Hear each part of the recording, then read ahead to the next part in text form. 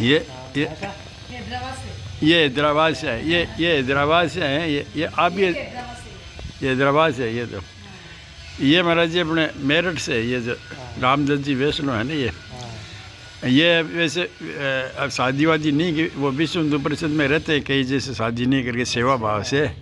तो इधर सस में ये माता जी हैं इनकी बताया, ये भाई छोटे भाई के बच्चे हैं, ये छोटे बड़े भाई के लड़के, ऐसे पूरा परिवार लेके आए।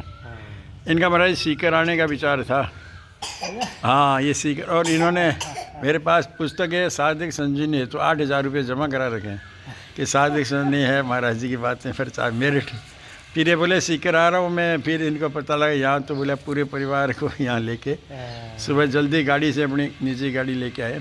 5 बजे चले थे। या कितने बजे चले आप मेरठ से? सुबह 5:30 5:30 मिनट चाहिए। तो ये परिवार का पूरा ही दर्शन करते। तो ये लोग भी सत्संग में जुड़ते हैं, आप भी जुड़ते हो? इनको नहीं? केवल मैं ही नहीं। अच्छा तो ये तो जिम्मेदारी है बाप की। ये कह रहे, ये तो महाराज आपके लिए करेंगे, आपकी जिम्मेदारी, आप संभालो इनको। परिवार वालों को सत्संग में लगाओ, ये कह रहे। इंजन जुड़ जाता है तो डब्बे जुड़ जाते हैं। ये महाराज कह रहे आप इंजन जुड़ गए ना, डब्बे जुड़ जाएंगे पीछे आपके। नहीं, मैं तो डब्बा इन्हीं का भोजन इन्हीं का खाता हूँ। इन्हीं की कृपा से प्रसाद नहीं, ये जनार्दन जी आ जाओ, आ जाओ, बैठो बैठ जनार्दन जी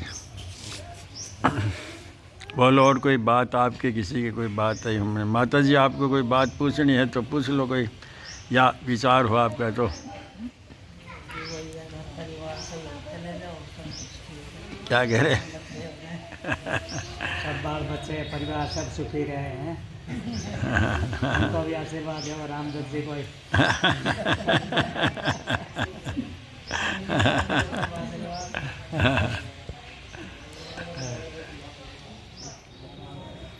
बच्चों को कहो गीता जी पढ़े, साधक संजीवनी, तो सुखी रहे। गीता जी जो पढ़ते हैं, सत्संग सुनते हैं ना, वो सुखी हो जाते हैं। बहुत लोग ऐसे सुखी हो गए, वो कहते हैं कि हम तो अब सुखी हो गए। कोई तो कहता है हम तो निहाल ही हो गए।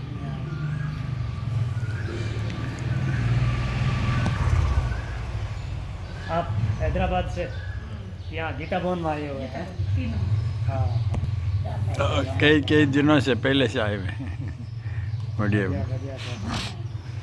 आप भी साधक संजीवनी पढ़ते होंगे? साधक संजीवनी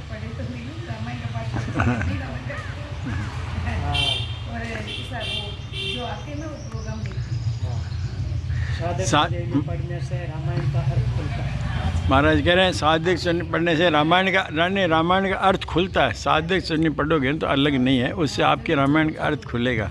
आप साधक संजीवनी पढ़ो। हाँ हाँ, नहीं ये बात है, लेकिन महाराज जी कह रहे ध्यान दो थोड़ा, आप थोड़ा ध्यान दो। साधक संजीवनी पढ़ोगे तो उसका रहस्य खुलेगा, और उससे बहुत बढ़िया। तो ये बोल दें तो आपको उस हिसाब से अनुभव से बोले। निरंतरता नहीं बन पाती कई बार साधक संजीवनी पढ़ने में। प्रयास रहता है, पता चला 2 अध्याय हुए, 3 अध्याय हुए, कुछ ना कुछ फिर लग जाता है। वो दूसरे काम में लग जाता है, कुछ ना कुछ। हाँ, दिमाग मन तो उलझा ही रहता है कहीं ना कहीं, तो चीज़ें कुछ ना कुछ रहती हैं। हालांकि उलझना नहीं चाहिए मुझे, उसके बाद भी। तो आपके कौन सा ऐसा काम है जिसमें आप लगे रहते हो और दूसरे काम में उलझते नहीं? आजा महाराज जी, बैठे हो। ऐसा कौन सा मुख्य काम? आजा महाराज जी, तो उसमें तो लग जाते हैं, उलझते हैं। ऐसा कोई काम अभी तय नहीं किया है? तो ये तय कर लो, उसको तो साधक संजीवनी पढ़ना है, दूसरे काम आ गए तो कर दिए वापस। साधक संजीवनी की मुख्यता रखनी है। और क्या करना है आपको? अब विवाह किया नहीं, बाल बच्चे है नहीं, रुपये कमाने नहीं, आपको तो सेवा ही करनी है। तो सेवा ये परम सेवा है, साधक संजीवनी है, सत्संग है, इसका प्रचार करना, इससे लोगों को परम शांति मिलती है। तो ये परम सेवा है। तो अपने मुख्य काम यही बना लो, दूसरे काम में उलझे नहीं, उलझे हुए सुलझ जाएंगे। आपको देख दूसरे और सुलझ जाएंगे भाई, इनके काम चल रहा है बढ़िया से, तो हमारा क्यों नहीं चला? बस आपका आशीर्वाद मिल जाएगा तो आशीर्वाद जनता का है, उसे भगवान का, सब साथ में हो जाते हैं इस रास्ते में। स्वामी जी महाराज तो कहते हैं कि चोर डाकू है ना दुनिया को लूटने वाले, वो साहिब बन जाते हैं इस रास्ते चलने वाले। लेकिन संत कृपा के बिना बड़ा मुश्किल होता है। नहीं संत मार्गदर्शन भी करते हैं। हैं? संतों के मार्गदर्शन भी करते सब अधूरा है। तो इस रास्ते में संत साथ में नहीं होता है क्या? गृहस्थी मार्गदर्शन में नहीं कहाँ है देते। सर? ये गृहस्थी से थोड़ा सा आपका सहयोग मिलता है ना, तो वो बातें तो करते तो वो बातें मार्गदर्शन मिलती है। तो बात तो आप सुनोगे या संत महात्मा आकर सुनाएंगे? वैसे मुझे 1 साल के आसपास हो गया, हाँ। 1 वर्ष हो गया लगभग। तो जीवन में कुछ परिवर्तन अंदर से तो महसूस हो रहा है, वो बात अलग है, बाहर नहीं दिख रहा। अंदर से होता वही तो है।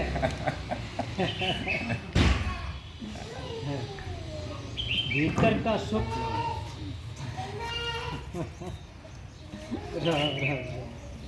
दो प्रकार के सुख और दुख होते हैं। एक तो बाहर के सुख दुख, ये परिस्थिति अच्छी हो, घर में भी अच्छा हो, मकान अच्छा हो, बाल बच्चे अच्छे हों, ऐसी बाहर की परिस्थिति अच्छी हो, तो एक सुख तो ये है। और भीतर वाला सुख वो है, भीतर से शांति है, कोई चिंता नहीं है, प्रसन्नता है। तो एक तो सुख बाहर का हुआ और एक भीतर का हुआ। कईयों के दोनों ही सुख होते हैं, लेकिन कम ही होते हैं ऐसे। कई लोग ऐसे होते हैं कि बाहर का सुख तो है, लेकिन भीतर में किंतु परंतु या टेंशन हलचल है। तो बाहर वाला सुख सुख नहीं है, भीतर का सुख सुख है। बाहर भले ही मकान आदि अच्छे नहीं हो, लेकिन भीतर में शांति है, सुख है, तो वो आदमी सुखी है। तो अपने भीतर में शांति है तो समझो कि हमारे ठीक है। बाहर भी रोटी कपड़े मकान की व्यवस्था ऊपर ऊपर वाले चमत्कारिक रूप से हो रही है, मुझे नहीं पता। तो फिर दोनों ही होगी फिर तो। हाँ भीतर भी फिर तो दिख दिया, फिर दिख दिया। भीतर भी शांति सुख, बाहर भी सुख शांति। हाँ हाँ, आप तो जुड़े रहो, लगे रहो। महाराज का ना थोड़ी सी कमी अपने ढिलाई हो जाती है ना, उस ढिलाई को नहीं करें, लगातार करें। बढ़िया ही महाराज यही फरमा रहे हैं। और साधिक सुनिए, थोड़ा पढ़ते हैं नियमित, तो ये महाराज कह रहे 5 मिनट 2 मिनट कितना ही हो, समय समझ के कहते हैं, आप सुनते ही। नहीं, इतना तो हो जाता है। हाँ ठीक तो नहीं, वालों के लिए बताइए। ये गृहस्थी वालों के लिए क्या? गृहस्थी वालों में बहुत झंझट है ना। अच्छा, जो गृहस्थी वाले नहीं, उनके झंझट नहीं है। कोई फर्क नहीं पड़ता मुझे। मैं अंदर झांकता हूँ ना, जब कई बार मैं क्यों उलझा रहता हूँ कुछ, कई बार फालतू की चीज़ों में क्यों उलझता हूँ। बाद में मुझे मतलब एहसास होता है ये वाला निर्णय लिया मैंने, रास्ता बदला, उसके बाद भी उलझ जा रहा हूँ जगह जगह, कभी कहीं किसी चीज़ में, कभी किसी चीज़ में, क्यों उलझ रहा हूँ। लेकिन सच्चाई है कि उलझन ये केवल गृहस्थी नहीं है, गृहस्थी के कारण उलझन नहीं ये वो खुद के है वो फिर से। नहीं, साधु बने उनके उलझन नहीं, वो उलझन साधु बन गए सुलझ गई क्या, और गृहस्थी में के सुलझ गई। ये बात हाँ नहीं, मैं शायद ग्रस्त में होता तो मुझे शायद 12 ऐसा बजे लगता है कि हाँ, बाद उलझन एक भी बज ग्रस्त की वजह गया। से, लेकिन ऐसा नहीं। ये अनुभव हो गया भगवान की कृपा से। हाँ हाँ कोई बात नहीं। और पहले से ही मन ऐसा रखा ईश्वर ने, परमात्मा की कृपा ऐसी रही कि अपने अंदर से ही रहा है कि हाँ नहीं, उधर नहीं जाना उसका। बढ़िया, कोई महापुरुषों का संग, कोई वाणी, कोई मिला है जिससे भगवान ने इस रास्ते में खींचा।